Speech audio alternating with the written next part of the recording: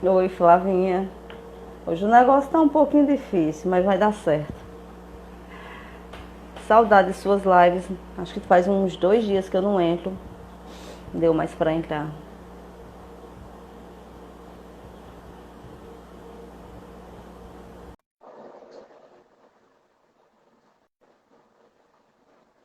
Vamos com fé, Flávia. Agora tá certo. E aí, deu certo agora? Tá tranquilo? Agora sim, deixa eu só mandar os aviõezinhos. Tá? Agora tá normal. Deixa eu só mandar esses aviõezinhos pro pessoal entrar novamente.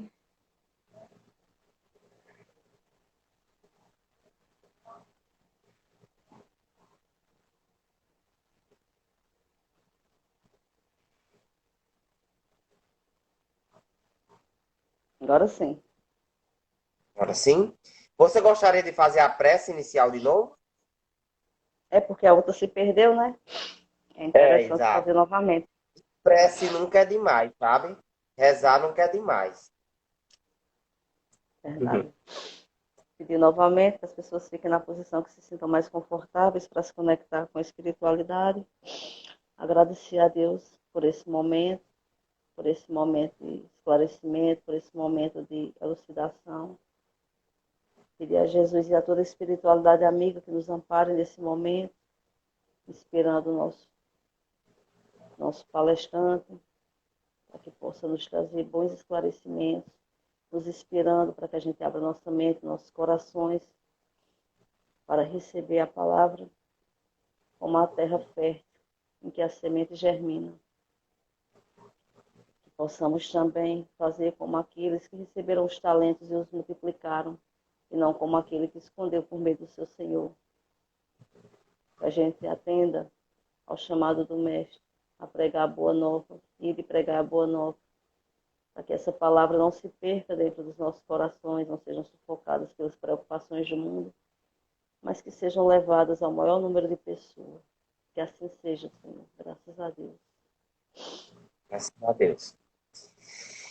Betânia e os demais que estão nos ouvindo, eu tive a oportunidade de falar sobre esse tema, que é a mediunidade dos santos, numa live no perfil, se eu não me engano, é Somos Somos Espiritismo. Espiritismo, é isso?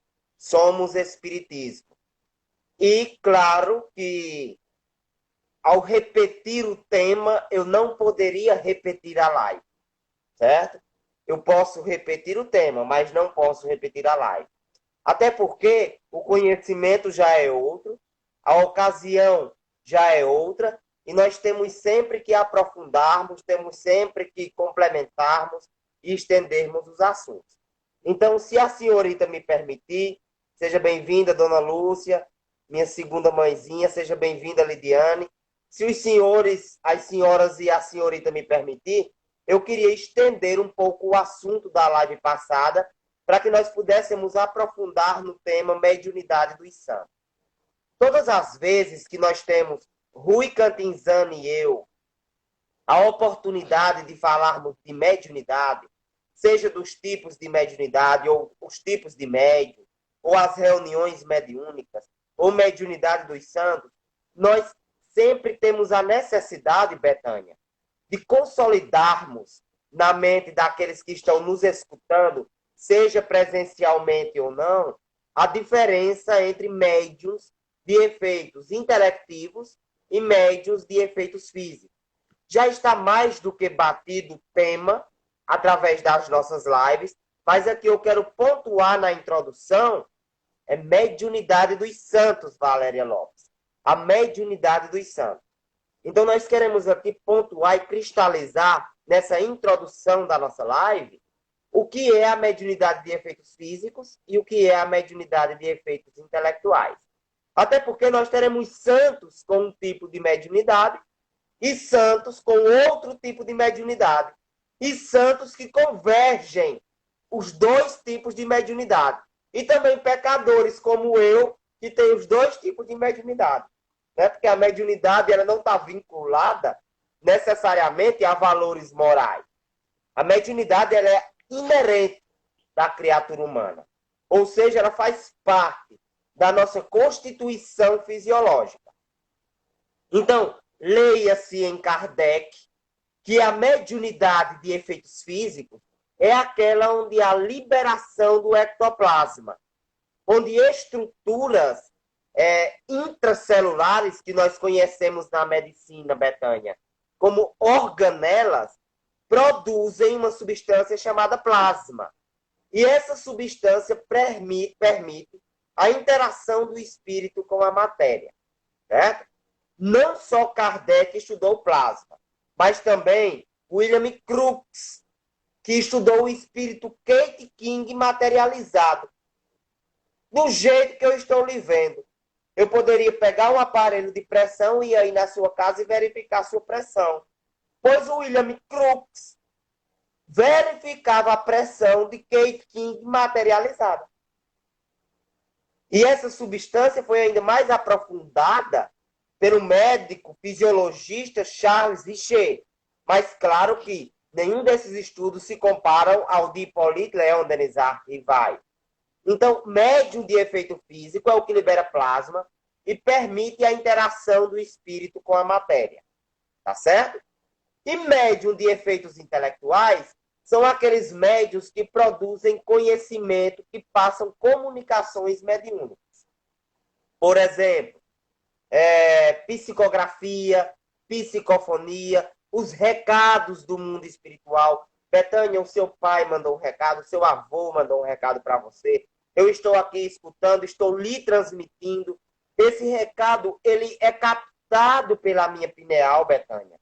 A minha pineal é um transdutor que organiza esse recado para que ele seja propalado, para que ele seja dito, para que ele seja pronunciado. Então, essa é a mediunidade de efeitos intelectuais.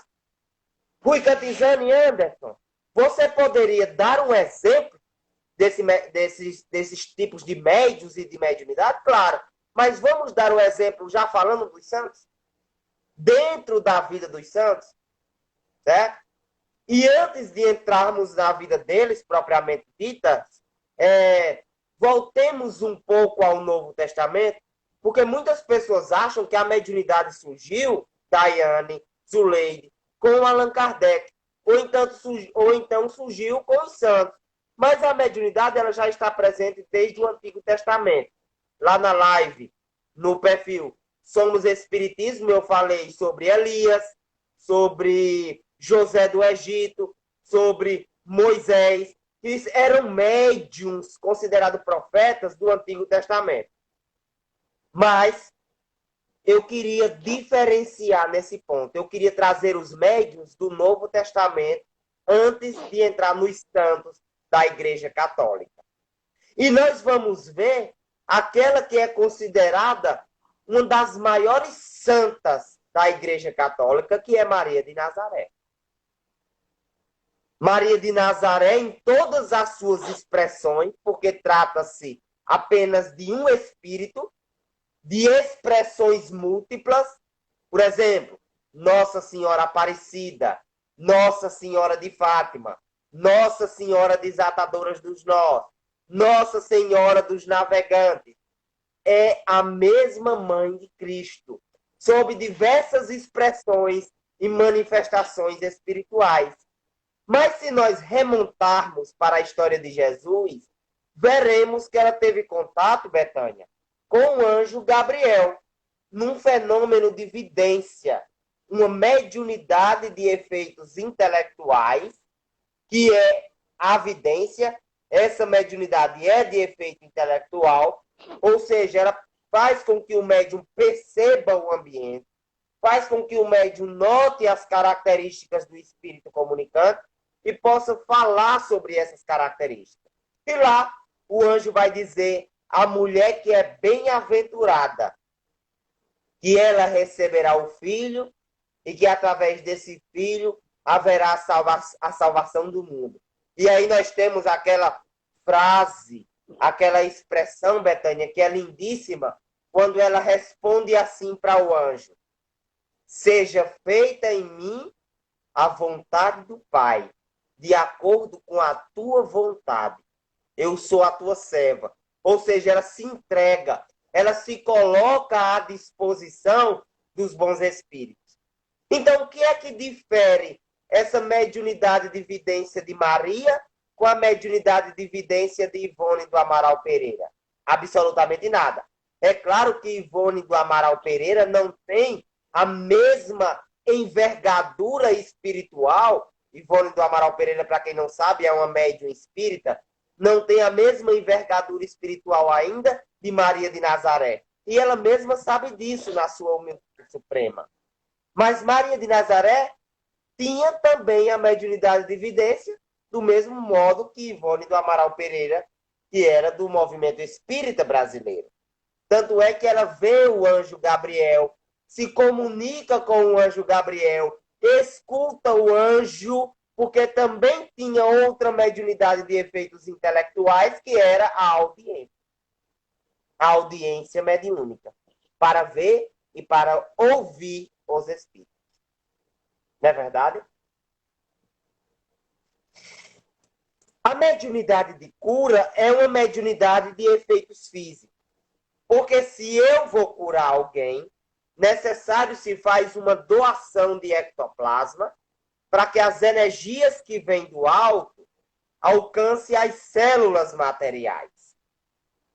O rezador, quando está rezando no menino doente, a rezadeira, quando está passando o raminho na pessoa que está,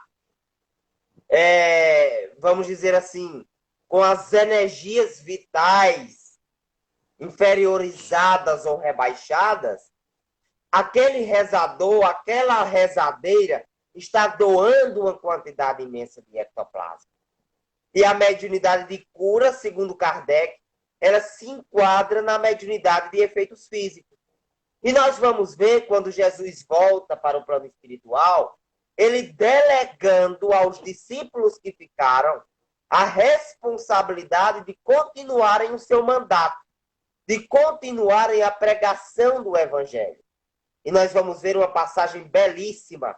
Todos aqueles que estão nos escutando agora vão se impressionar com a frase desse homem, porque realmente é uma frase muito bela. Quando Pedro, o discípulo, o apóstolo de Jesus, São Pedro, do São João, né? Aquele que tem as chaves do céu, ele estava descendo as escadas do templo e eis que o mendigo toca-lhe as vestes e diz assim: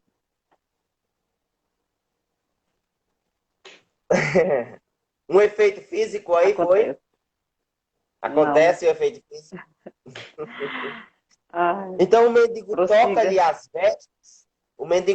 as vestes, e diz assim: me dê um dinheiro para que eu possa alimentar-me, né? Me dê uma moeda, me dê alguma coisa, porque eu estou com fome. E aí Pedro, que estava em dúvida se ele tinha aquele poder, se ele tinha aquela capacidade de curar igual Jesus curou, né? Se ele tinha aquela fé do tamanho do grão de mostarda, que foi exemplificada no Evangelho segundo o Espiritismo, na passagem "A fé transporta montanhas".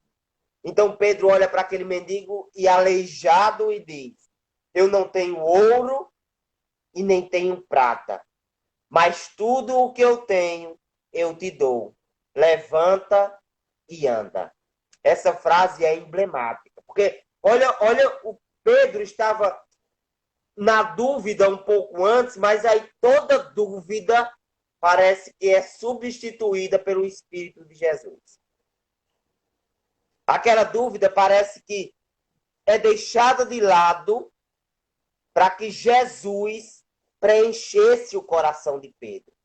E ele olha para aquele homem e categoricamente diz: eu não tenho ouro, eu não tenho prata, mas tudo o que eu tenho, eu te dou.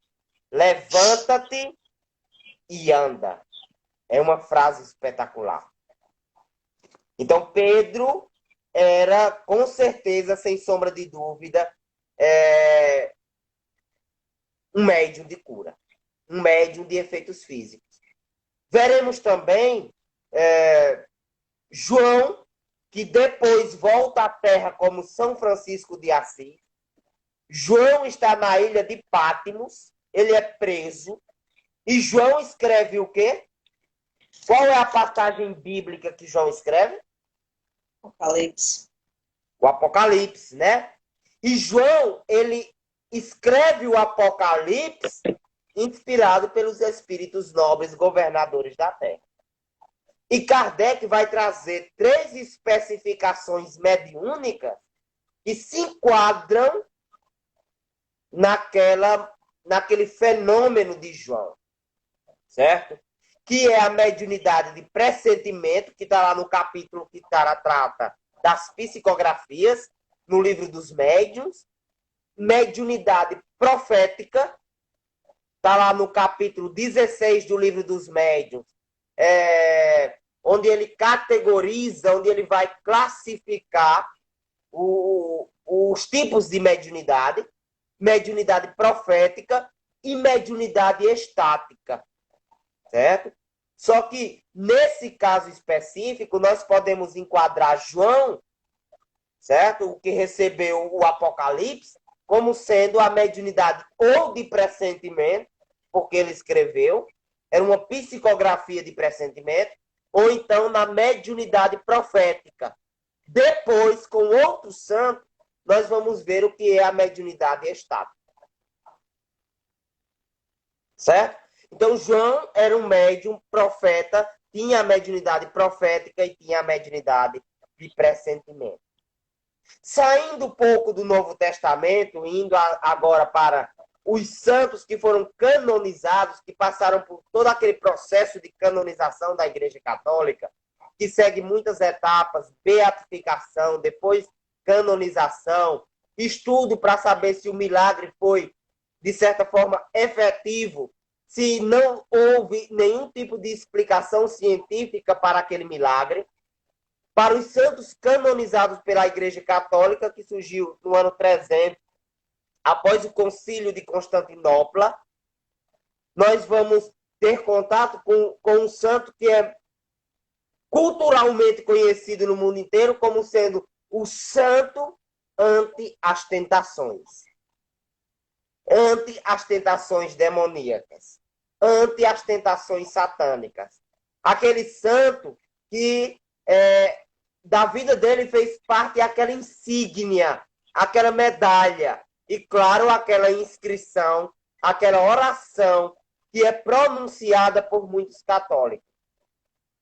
Cruz sagrada seja a minha luz, não seja o dragão meu guia, vá de retro, Satanás, é mal o que me ofereces, não me inspire coisas vãs, etc, etc, que é São Bento. E São Bento, ele tinha uma mediunidade muito peculiar, que era a mediunidade de psicometria. Ele, quando foi ser reitor da universidade, e ele foi organizar a Ordem dos Beneditinos, né, de São Bento, ele foi vítima de tentativa de envenenamento por 2 vezes. E essas tentativas eram dos seus colegas. Eu sei que no Espiritismo não existe isso, viu? No Espiritismo não existe falsidade. No Espiritismo ninguém envenena o outro com a língua. No catolicismo também não existe. Na igreja evangélica de hoje também não existe. É todo mundo santo. Eu não tento puxar o tapete de Betânia. Betânia não tenta puxar o meu tapete. Ninguém aqui tem os defeitos daqueles que conviviam com São Bento. Mas tentaram envenenar São Bento colocando veneno na taça de vinho. E São Bento, quando toca na taça de vinho, o que é uma característica da mediunidade de psicometria. Vou dar um exemplo aqui mais popular. Nós temos quantas pessoas na nossa live, Betânia? 22. Nós temos aqui 22 pessoas. Vou dar um exemplo. Uma dessas 22 pessoas somem. Então, a mãe preocupada pega um pedaço da roupa, ou então pega uma foto, e entrega para o médium de psicometria analisar essa foto ou essa roupa. Ao tocar a foto, ao tocar a roupa, o médium de psicometria estabelece um vínculo com a pessoa que sumiu. Um vínculo fluídico, psicológico. Suponhamos que você suma e todo mundo fique desesperado. Cadê Bethânia, meu Deus do céu? Bethânia é tão importante. Bethânia me aperreia tanto, mas agora que ela sumiu, eu tô com saudade dela. E agora, o que é que faz? Então eu peço um brinco de Bethânia, peço um pedaço da roupa de Bethânia.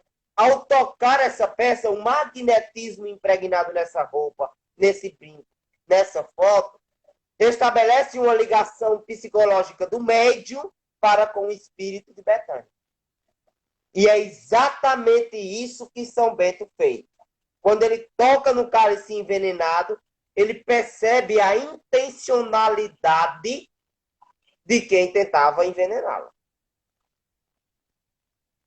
E na segunda vez, quando ele toca o pão envenenado, ele também percebe, porque não tentaram assassiná-lo só uma vez, não.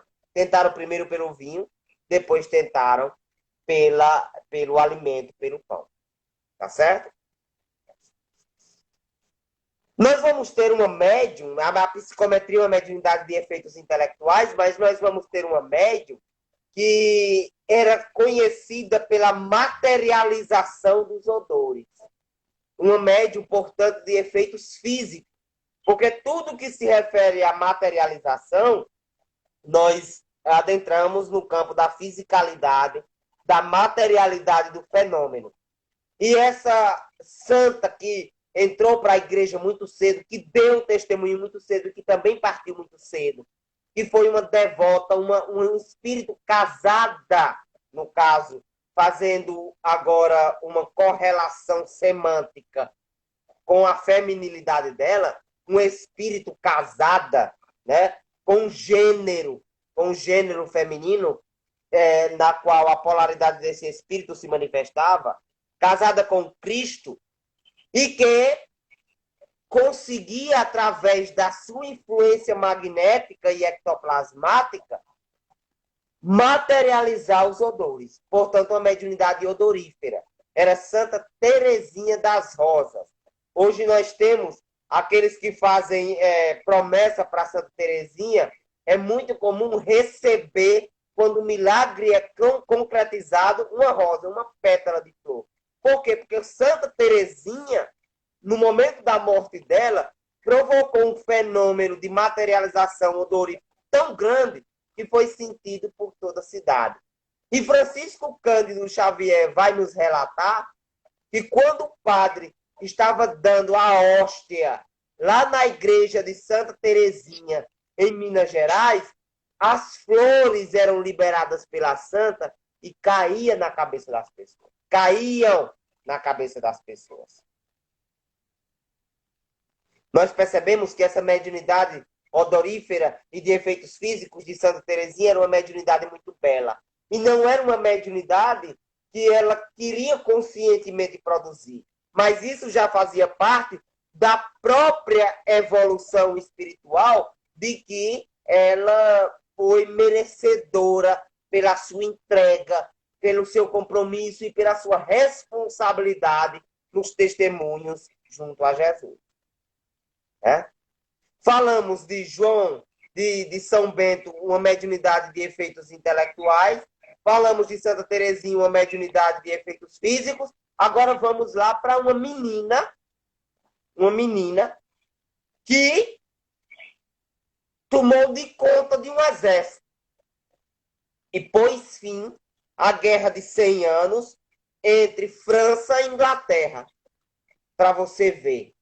Essa menina, ela é considerada hoje santa, e é Santa Joana d'Arc. Uma médium de efeitos intelectuais, de maior expressividade mediúnica. Certo? Ela nasceu numa região ali no interior da França chamada Dom Remy de La Pochelle, e ela viu a guerra com medo de esmola no território europeu. Ela era muito devota, certo? E ela começa a ouvir os comandos, as estratégias para pôr fim àquela guerra. Era a espiritualidade interferindo na conjectura humana, de certa forma, para que o mal não se propagasse mais. E adivinha quem a inspirava mediunicamente? E adivinha qual era o espírito que propunha essas assertivas mediúnicas? Era São Miguel Arcanjo, o guerreiro de Deus. A mediunidade dela era predominantemente a mediunidade de audiência. Ou seja, ela escutava os espíritos. Mediunidade de efeitos intelectuais. Vamos para agora, para fazer essa, vamos dizer, essa dobradinha entre os santos, falar de um médium de efeitos físicos, talvez um dos mais proeminentes médiuns de efeitos físicos, que hoje é conhecido como santo casamenteiro. Agora não, você já está casado, já tem filho, mas eu tenho certeza que você morando no interior, você, na época de São João, já um tanto quanto desesperado, tempo passando, botava o santo de cabeça para baixo, botava a faca na bananeira, mergulhava o santo na bacia. Nós estamos falando de Santo Antônio de Pádua, né? Não fazia não, Betânia, promessa para Santo Antônio, não? Para sair do paletó? Eu tenho um cara de quem faz promessa para ir atrás de homem, criatura.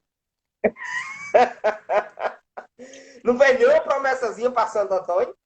Não botou nem o santo de cabeça para baixo? Não escondeu o santo, não? Nenhum. Então, Santo Antônio, apesar dele ter toda essa, vamos dizer, presença dentro do folclore, principalmente o folclore brasileiro, por ser conhecido como santo casamenteiro, por ter intercedido no relacionamento de uma jovem de sua região, mas ele era um exímio médium de efeitos físicos. E ele vai ter uma mediunidade que é considerada por Kardec como sendo uma mediunidade raríssima, que é a mediunidade de bilocação, certo? De bicorporiedade. Nós temos uma mediunidade no livro dos médiuns que é a mediunidade de transporte, certo?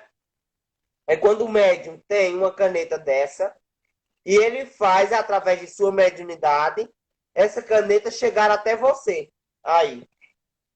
No caso, as moléculas dessa caneta se desintegram pela ação do ectoplasma e ao chegar aí dentro da sua sala, dentro do seu quarto, elas se reintegram formando uma caneta. Essa mediunidade é conhecida como mediunidade de transporte. E Santo Antônio de Pádua não era um médium de transporte. O corpo dele não se fragmentava aqui para se materializar, não. Ele era um médium de bilocação, ou seja, ele estava nos dois lugares ao mesmo tempo. Ele estava nos dois lugares ao mesmo tempo. E de que maneira ocorria isso? Ele se concentrava,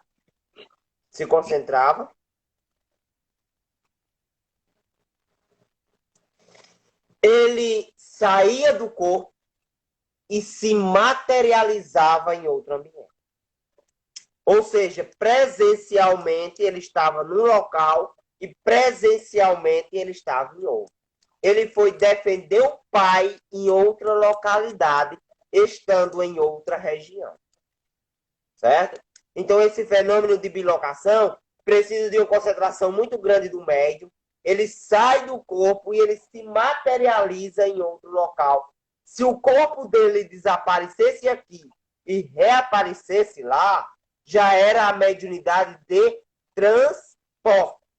Mas nesse caso específico era de bilocação. E a gente pensa, mas é uma mediunidade raríssima e muito distante. Mas Eurípedes Bassanufo, que é um médium brasileiro, que é do movimento espírita brasileiro, também tinha essa capacidade. Ele saía do corpo enquanto estava dando aula e materializou-se para ajudar uma gestante a quilômetros de distância. Ou seja, Eurípides tinha a mesma capacidade mediúnica de Santo Antônio de Pádua. Eurípides Barçanufo. Nós temos no livro dos médiuns, e também na codificação de maneira geral, você já deve ter ouvido falar num santo chamado Curdares, que era o padre João Maria. Você sabe da história de Curdares? Sabe por que ele se chama Curdares? Não? Não sei. O nome dele era padre João Maria. Só que ele foi delegado para uma região que tinha um clima muito pesado. Era muita briga, era muita violência, era muito transtorno nessa localidade. Então, o que é que ele faz? Através de suas pregações, ele modifica o ambiente. E Curadare significa a cura do ar. A cura do ar. Então, o padre João Maria ficou conhecido como Curadares por curar aquela região da violência, dos problemas que eram comuns naquela localidade. E ele vai atuar ali próximo a Lyon, na França. Por isso é que ele tem uma relação muito grande com Kardec. Por isso é que ele faz parte da codificação. Porque Kardec é considerado o mestre lionês. Kardec é de Lyon. E Curadares é um espírito vinculado a Lyon. E daí a explicação de sua participação concreta na codificação kardeciana. Ele fazia parte da equipe de Jesus. E ele tem duas mediunidades, tanto a de efeitos intelectuais quanto a de efeitos físicos. E você vai se impressionar com o tanto de informação que eu trouxe para essa sua palestra de hoje, viu, menina? Olha, eu vou lhe dizer, como é o nome do rapaz lá do canal Somos Espiritismo? Ed Moura. Ed vai desenvolver uma pontinha de inveja. Eu sinto psicometricamente daqui. Ele vai me chamar para a parte 2 da palestra para eu complementar, para eu endossar ainda mais o que eu já falei na outra vez. Porque a carga de informação que eu trouxe hoje para aqui, as referências que eu trouxe através da participação de Rui Cantzani, foram referências bem mais complexas. E claro que eu teria o maior prazer e a maior alegria em voltar para também fazer essa complementação no perfil Somos Espiritismo, que é um perfil muito organizado, muito comprometido com a causa espírita e o movimento espírita brasileiro, certo? Que o nosso amigo se sinta abraçado nesse momento. E Curadares, ele vai ter dois tipos de mediunidade, porque Curadares, ele vai brigar com o espírito obsessor, materializado. Do mesmo modo que Santo Antão, que era um santo do início do cristianismo primitivo, também vai brigar com o demônio. Entre aspas, né? Porque demônio é daimons. Daimons é o espírito. Não é necessariamente aquele que vem com chifre, com o cajado ou com o tridente para massacrar, nada disso. Olha aí, acabou de entrar. Ah, parece que se ligou psicometricamente a todos nós, né? Um abraço, meu amigo. Um abraço para ti. Certo? Então ele vai travar esse duelo com o espírito materializado, Betânia. Mostrando a capacidade ectoplasmática dele de materializar o espírito.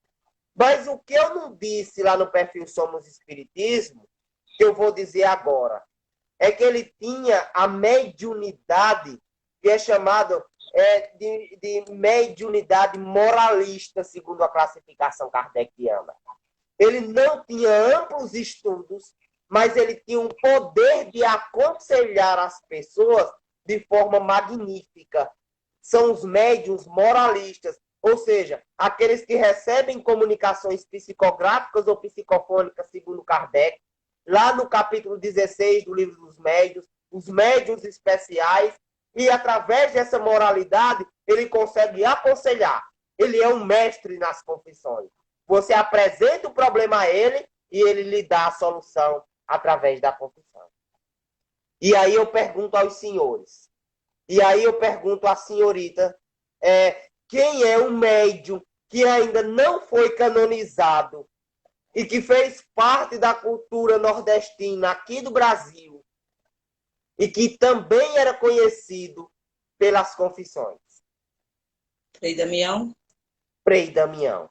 Tinha o poder de efeitos físicos, o poder não, a aptidão, a capacidade, porque não é poder, né? Por vezes é uma prova e uma expiação, um poder entre aspas, tinha uma aptidão de efeitos físicos, mas também era considerado um médium moralista, porque as confissões de Frei Damião tocavam em cheio na ferida moral daquele que ia se confessar. E Curdales tinha exatamente essa mediunidade. Exatamente essa mediunidade.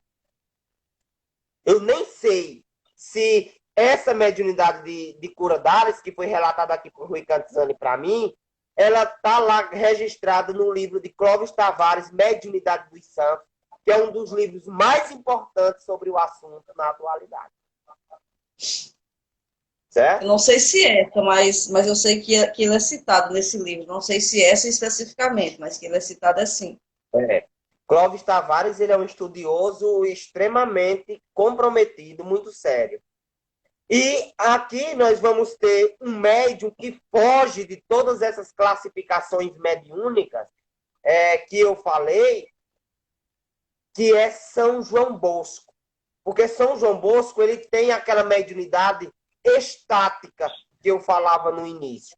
A mediunidade estática, ela é uma mediunidade muito próxima à mediunidade sonambúlica, ou seja, a capacidade de sair do corpo e de interagir com os espíritos e voltar com essas informações para a matéria.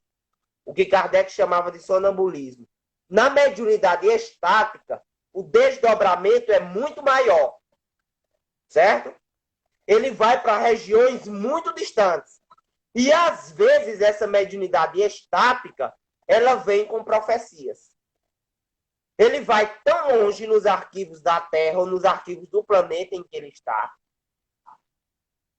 que ele consegue captar as informações históricas, pregressas e também futurísticas da Terra ou do planeta onde ele se encontra. Tanto é que São João Bosco, em um dos seus sonhos, ele vai ver o próprio Brasil. E na região onde encontra-se Brasília, ele vai ver uma espécie de auréola de cor diamantina, certo? De cor prateada, denunciando, demonstrando, manifestando a grandiosidade espiritual ou a grandiosidade do compromisso espiritual do Brasil, conforme é registrado e corroborado depois pelo espírito Humberto de Campos, no livro Brasil, Coração do Mundo e Pátria do Evangelho. São João Bosco ele tinha essa mediunidade estática, de êxtase, e também uma mediunidade profética, que lhe permitiu ver o futuro do Brasil, se o Brasil seguir os protocolos do mestre em suas relações com os povos, administrativas, sociais e políticas. Para não falar apenas de médiuns ou de santos estrangeiros, eu queria falar de um médium que está em processo de retorno para a Igreja Católica e que eu tenho alguma certeza em meu coração de que no futuro ele será canonizado, que é Padre Cícero. Padre Cícero, claro que ainda com algumas imperfeições, alguns envolvimentos em projetos demasiadamente humanos, ele promoveu um efeito físico que se repetiu por mais de 100 vezes, que foi a transmutação da hóstia na boca da Beata Mocinha. E que a igreja não reconheceu como milagre. Tanto é que ele foi excomungado da igreja porque a igreja não reconheceu como milagre. Mas grandes teóricos do Brasil, grandes teólogos, inseridos na Igreja Católica, lutam junto ao Vaticano para reconhecer a capacidade miraculosa, né, para eles e mediúnica para nós de Padre Cícero, que inclusive foi aluno de Padre Rolim.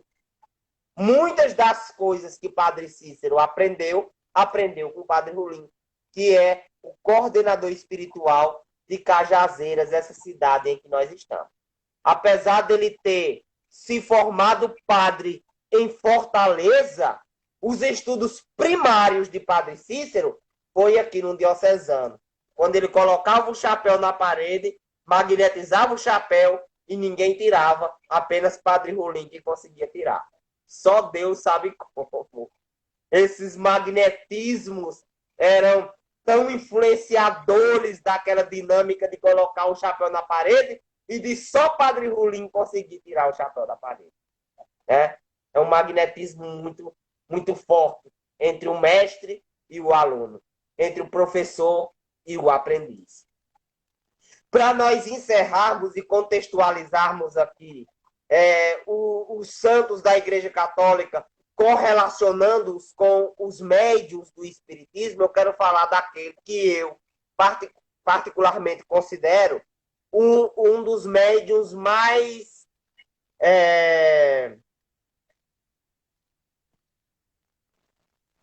ostensivos da Igreja Católica. Um dos santos mais ostensivos assim, na sua produção e que foi reconhecido pela Igreja Católica, que é o Padre Pio de Pietrelcina. Porque todas as histórias que eu vejo de Padre Pio são espetaculares, fantásticas. Para você ter uma noção, ele resumia em si praticamente todos esses tipos de mediunidade. Iam bombardear a região de Pietrelcina e o piloto viu ele materializado do lado de fora do avião. Dizendo, você bombardeia outra cidade, menos essa. Bicorporiedade, bilocação, ele tinha. Mediunidade moralista, médium moralista, ele era, porque confessava às pessoas e não precisava nem que as pessoas dissessem, ele já ia no problema em cima. Médium de cura também. Levaram uma menina cataléptica quase morta dentro de uma mala e ele disse, abra a mala. A mãe disse, essa menina está morta. Como é que eu vou abrir essa mala? Abra a mala. Mas ela morreu no caminho, eu não tenho como abrir a mala. Possivelmente ela já deve estar em estado de decomposição. Quando abriram a mala, a menina se levantou, porque a mediunidade de cura dele era excepcional. Sensibilidade mediúnica era só quem tinha. Os efeitos da psicometria também era só quem tinha. Uma vez, uma pessoa saiu do prostíbulo, saiu do bordel para ir para uma missa dele, telepaticamente, pela sua sensibilidade mediúnica, porque era um médium sensitivo. Ele capta a informação mnemônica do indivíduo, se vira para ele e diz, se as pessoas pudessem sentir o cheiro do seu espírito, iriam perceber que você estava podre. Porque tinha total consciência daquela atitude que o homem houvera tido na noite anterior. Uma atitude absolutamente promíscua e sexólatra. Tanto é que, já no final da sua existência, assim como outro médium magnífico de cura, e nós já falamos sobre ele, só que na outra encarnação, por meio da história de João, que foi Francisco de Assis, teve também os estigmas. Os estigmas mostrando que a ligação desses espíritos com Jesus era muito grande, a ponto de transfigurarem-se, de receberem as chagas do Mestre. E claro, eu não poderia deixar de falar que tanto o Padre Pio de Pietrelcina quanto Francisco de Assis tem também a sua correlação no movimento espírita, através da mediunidade sacrossanta e fenomenal de Francisco Cândido Xavier. O homem que também tinha a bicorporiedade. Chico Xavier era capaz de atuar mediunicamente em Uberaba e de passar uma psicografia em um médium iniciante em outra casa espírita. Desdobrado, ele trabalhava para outra casa espírita. Francisco Cândido Xavier exalava perfumes igual a Santa Teresinha das Rosas. Mais de um testemunho foi relatado de pessoas que chegaram próximo a Chico Xavier e perceberam o seu odor extremamente agradável de rosas do campo, que iam mudando conforme a vontade do espírito cheia. Chico Xavier era médium de cura. Não esqueço nunca de um homem que foi buscar a ajuda de Chico Xavier para alguma coisa de ordem moral.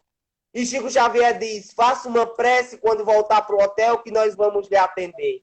E esse homem passou a noite defecando sangue. No outro dia, ele relata emocionado para o médium mineiro que os médicos o diagnosticaram com câncer de intestino já em estado metastático. E que naquela noite todos os tumores foram expulsos através da hemorragia digestiva baixa. Quando ele repetiu os exames, já não tinha mais tumor nenhum. O próprio Divaldo Franco relata que na década de 60 teve tumores ou cistos nas regiões das cordas vocais e o espírito Sheila o operou através de Chico Xavier, que debruçado doava ectoplasma. Ou seja, Francisco Cândido Xavier, na sua humildade suprema, em muito se assemelhava a Padre Pio de Petreutina, a Francisco de Assis e até mesmo ao próprio Jesus de Nazaré. Pelo amor, pela caridade, pela humildade de que dispunha na relação com os seus semelhantes. E aqui eu encerro a minha parte no que concerne à palestra sobre mediunidade dos santos, e agora nós passamos para a segunda parte, que é em relação às perguntas. Certo. Antes de começar as perguntas, eu queria te agradecer mais uma vez, dizer que eu já estava sentindo falta, fazia tempo que você tinha feito live aqui, e agradecer também pelo senhorito, eu me senti 10 anos mais nova, e vamos passar para as perguntas. Mas até o senhorito. Perguntaram sobre a questão do termo santo, porque quando alguém viu o título, os santos da Igreja Católica, aí perguntaram algo tipo, como a doutrina espírita define o termo santo? O santo para a Igreja Católica seria o que para a doutrina espírita? Os espíritos perfeitos. Nós sabemos que, infelizmente, devido ao poderio da Igreja Católica, principalmente na Idade Média, muitos papas e muitos imperadores, por orgulho, autodeclararam-se santos. Né? Autocingiram-se santos. E, na verdade, não tinha nenhuma vinculação de ordem moral com a mensagem de Jesus.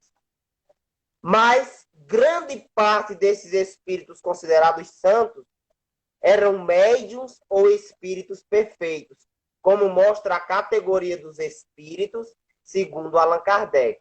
Espíritos perfeitos são aqueles que já não têm mais nada do que espiar ou nada do que provar. São aqueles espíritos cuja evolução moral já sobrepujou qualquer tipo de inferioridade. Tanto é que a palavra santo vem de são espiritual, ou seja, um indivíduo saudável espiritualmente. Para o espiritismo, são considerados espíritos perfeitos. Nomenclaturas diferentes, mas que tratam do mesmo assunto. Se continuar com as que eu já tinha, eu vou abrir uma exceção e ler a de Ed, que eu não deveria, porque eu passei o dia inteiro ontem perguntando se ele tinha dúvida e ele não me mandou. Ele manda agora. Anderson, O Ed teimoso. Anderson, se o espiritismo não existisse, mas somente o catolicismo, os grandes médiuns brasileiros seriam considerados santos ou hereges ou bruxos? Essa pergunta ela é muito capciosa e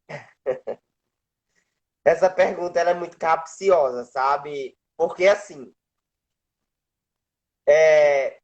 esses espíritos de vulto, Ed, eles sempre existiram independente das religiões. Porém, dentro dos protocolos da Igreja Católica, o indivíduo ele tem que ter essa mediunidade, ele tem que ter essas aptidões, ele tem que ter essas capacidades, mas ele deve ter também uma vinculação com os princípios do catolicismo. Então, é claro que Francisco Cândido Xavier, que Eurípides Barçanufo, eles têm as mesmas capacidades, as mesmas aptidões, as mesmas inclinações do que todos esses santos que nós falamos, que nós relatamos até agora. Espíritos como Bezerra de Menezes, e etc, e etc. Porém, o que os impedem de tornarem-se santos é porque eles não têm vinculação com a teologia católica. Eles não têm vinculação com as hierarquias do catolicismo. Então, são santos, sim, poderiam ser considerados santos, caso a Igreja Católica abrangesse, né, tivesse uma expansão dos seus protocolos para aqueles espíritos que fazem parte da Igreja Católica e para aqueles que não fazem parte, mas fazem parte de outras religiões. Mahatma Gandhi, por exemplo, aquele homem é um pacificador mundial, mas não é um santo para a Igreja Católica. Se amanhã o Papa Francisco dissesse, agora nós vamos abrir processos de beatificação e de canonização para indivíduos que não têm vínculo com a Igreja Católica, com certeza Mahatma Gandhi entraria. Com certeza Francisco Cândido Xavier entraria. Com certeza Bezerra de Menezes entraria. Só não entram porque não estão sob a égide dessa hierarquia. Mas são santos do mesmo modo. Por essa sua linha de raciocínio, então, pode até ocorrer de alguém que foi canonizado pela Igreja Católica e não ser, né, um espírito perfeito. Porque muitos santos são canonizados pelo martírio, né? Nós tivemos imperadores, tivemos papas que foram canonizados e que, quando nós vamos observar a biografia, estavam extremamente vinculados à guerra, a castigos, mas por uma questão de poder foram canonizados. Não agora, claro, né? Porque a Igreja Católica também evoluiu.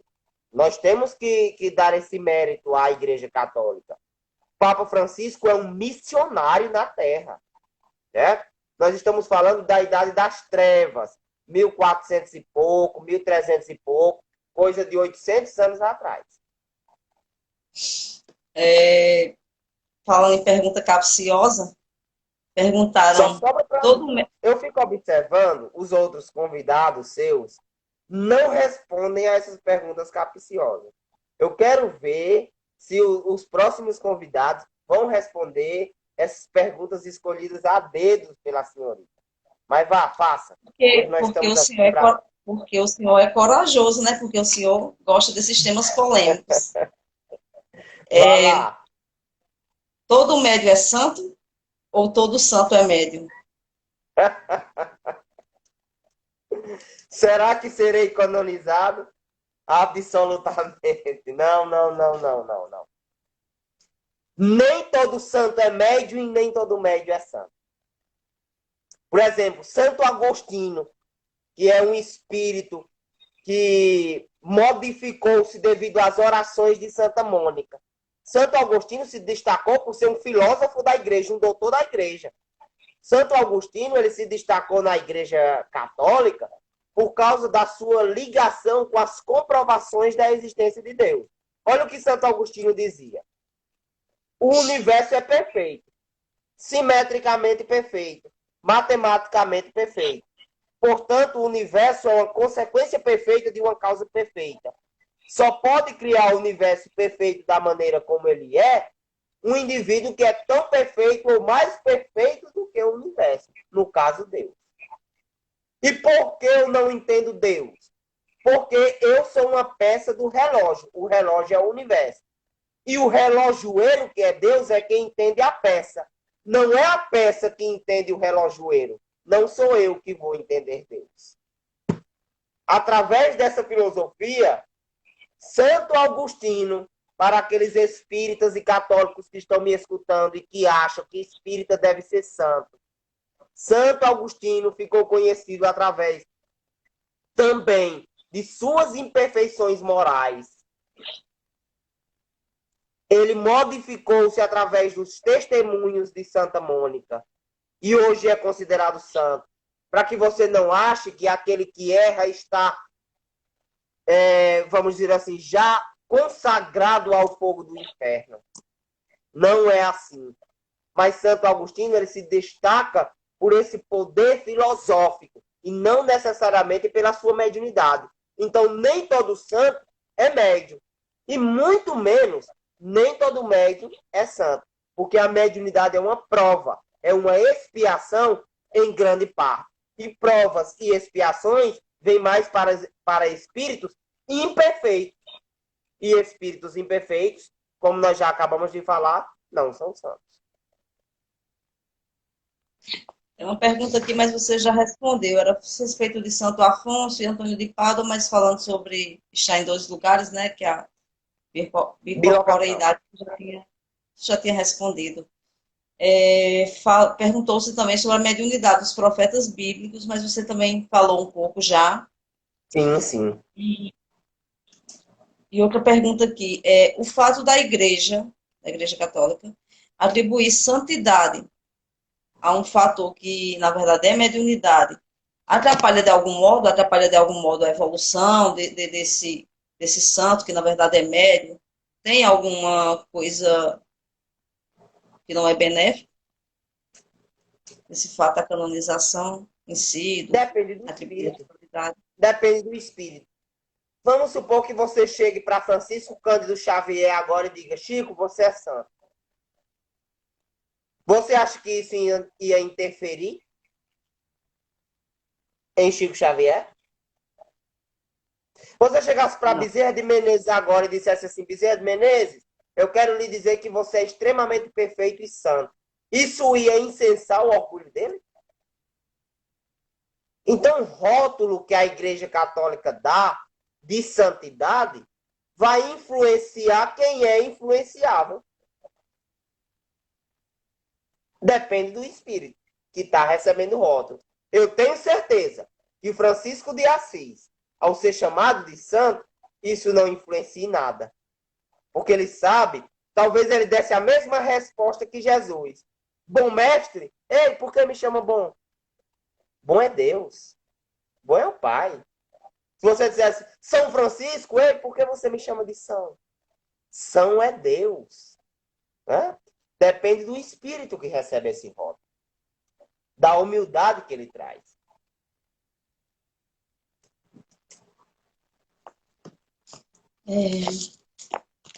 Outra pergunta. Jesus produziu alguns fenômenos, como a levitação, a transfiguração, a dupla vista. Poderia-se dizer que Jesus é um médium? O maior de todos. O modelo, o guia, o exemplo de todos os homens, de todos os médiuns, de todos os padres, pastores, missionários, espíritos da terra e sem ser da terra. Jesus é o maior de todos. Jesus é o profeta dos profetas. Jesus é a materialização da bondade. Chico dizia: se o que eu escrevi, Kardec, disser o contrário, deixe aquilo que eu falei e siga Kardec. E eu tenho certeza que Kardec pensava: se aquilo que eu falar for contraditório com o que Jesus falou, deixe as minhas lições e siga Jesus. Porque Francisco de Assis, Santo Agostinho, Santo Antônio, Chico Xavier, Kardec, todos eles foram tarefeiros de Jesus. Jesus é superior a todos eles e a todos nós. Tem 2 perguntas, mas eu vou fazer tudo de uma vez, porque tem mais ou menos a ver. as aparições até você falou de Maria lá no início, que é um espírito só, mas que aparece, que há registros de aparições de diversas formas e dependendo do local ou da situação, se atribui um determinado nome àquele espírito. As Isso. aparições, para serem reconhecidas, são vinculadas a milagres, né? O que a Certo. Igreja Católica chega como um milagre. A pergunta é se o que a Igreja chama de milagre, se é uma mediunidade de efeito físico. E o Claro que é. segunda, posso fazer a segunda? Fazer a segunda que Pode. você já responde de uma vez. E o segundo é com relação às relíquias, porque a Igreja Católica ela tem eu não sei se qual a palavra que eu uso, não sei se é dogma, não sei, sobre as relíquias, de às vezes partes do corpo de determinado ser que é considerado santo, que foi canonizado, e essas relíquias são expostas em alguma igreja, às vezes passam por peregrinações. Se de alguma forma a exposição daqueles restos mortais daquele ser que teve uma vida, né, voltada para o bem e tal, se de alguma forma atrapalha o espírito enquanto ele está na erraticidade, se aquela adoração, por assim dizer, sobre os despojos dele, se atrapalhar de alguma forma o espírito. Respondendo à primeira pergunta, sim, os milagres são manifestações mediúnicas, tanto de cura quanto de aparições, que no caso é a materialização. Para trazer um exemplo e contextualizar, vamos pegar os 3 pastores lá de Fátima, que presenciaram Maria de Nazaré e que passaram o recado dela para a humanidade, né? Os segredos de Fátima. Certo? Aqueles 3 eram médiuns. Médiuns de efeitos físicos, porque promoveu um fenômeno de ordem climática, a aparição de Nossa Senhora, e médiuns proféticos. Certo? Na doação do ectoplasma e também na vidência e na audiência dos fenômenos. Então, são sim manifestações mediúnicas, tanto as aparições quanto os milagres. A segunda pergunta é a mesma coisa do rótulo, depende do espírito.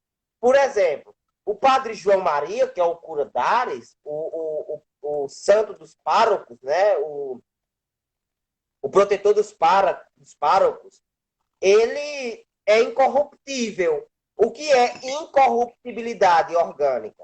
Por exemplo, enterra e daqui a 10 anos abre o túmulo e o corpo está preservado.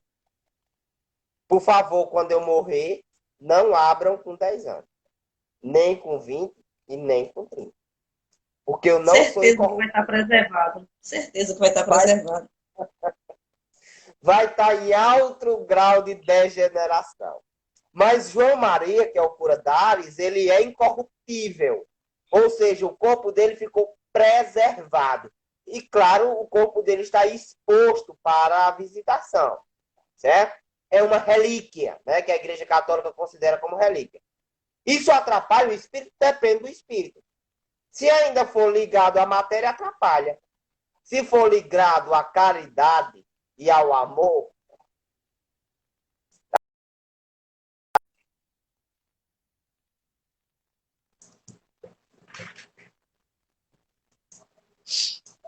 Já voltou a internet, não voltou.